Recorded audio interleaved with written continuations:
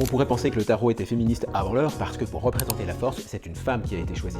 Pas n'importe quelle femme, une femme bien habillée, élégante, et une femme qui effectivement a beaucoup de force morale et un niveau de maîtrise absolument gigantesque pour maîtriser quoi? Maîtriser un lion.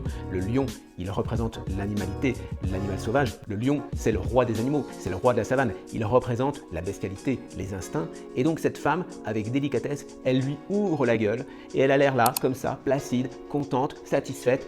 On a l'impression qu'aucune émotion ne transparaît. Elle fait ça comme si elle avait toujours fait ça. Franchement, la nana, bravo, hein. Elle ouvre la gueule du lion sans avoir peur de se faire dévorer par lui. Et ça représente donc les situations de maîtrise mentale, de maîtrise psychologique. D'ailleurs, la carte de la force aurait pu s'appeler la maîtrise. Ça aurait été plus cohérent, parce que c'est pas de la force physique ici. Si cette carte sort en conseil, elle te dit de faire comme cette carte, de garder ton calme et de maîtriser tes forces intérieures, celle du lion. Il faut faire preuve de courage, de persévérance, d'endurance, faut garder son calme, éviter de se laisser embarquer par du stress et tenir bon. Et si cette carte décrit l'évolution d'une situation, ça montre qu'il y a plutôt de l'équilibre, de la maîtrise, de la force. On ne devrait pas être trop surpris par ce qui va se produire, ou disons plutôt que on aura la force et l'énergie de résister aux difficultés s'il y en a. On saura maîtriser les situations, même s'il y a de la tension, ces tensions seront contenues et tout se passera globalement avec une notion d'équilibre stable, le même que celui qu'on voit sur la carte. La force, c'est une carte très sympathique, c'est la dernière de la première moitié, et oui, c'est déjà la 11e sur 22. Et après ça, on va commencer à parler de cartes plus difficiles dans le tarot, comme le pendu ou l'arcane sans nom,